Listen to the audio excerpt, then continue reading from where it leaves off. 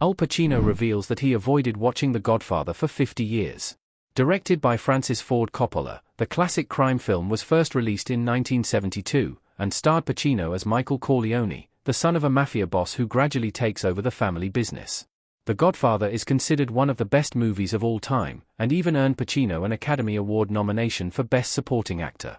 In Pacino's new memoir Sonny Boy, via EW, the actor talked about how he avoided watching The Godfather for a long time.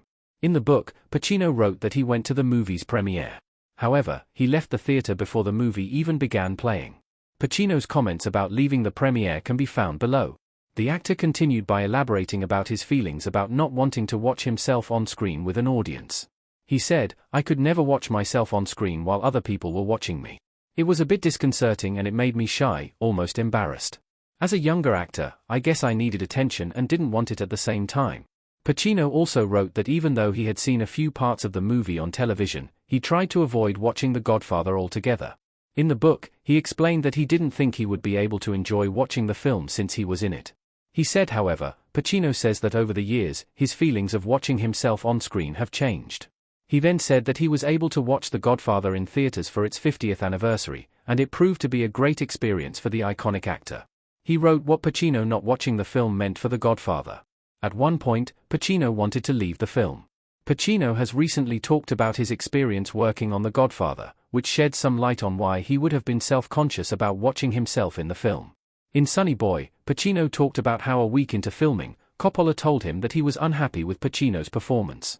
Pacino also recently shared that he hoped an injury he received while filming would force him to leave the movie since Pacino didn't watch The Godfather. When it came time to return to the role for the two Godfather sequels, he wouldn't have just tried to recreate his performance from the first film.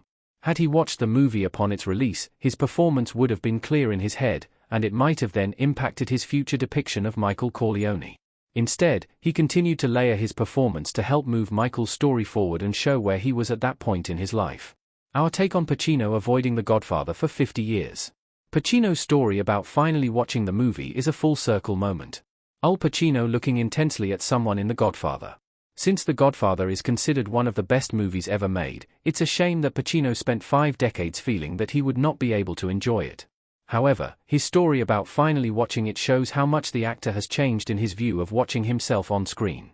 50 years after walking out of its premiere, Pacino was finally able to enjoy watching The Godfather, with an audience that loved both the movie and his performance as Michael Corleone. It makes for a beautiful conclusion to his ever-evolving feelings toward the iconic movie.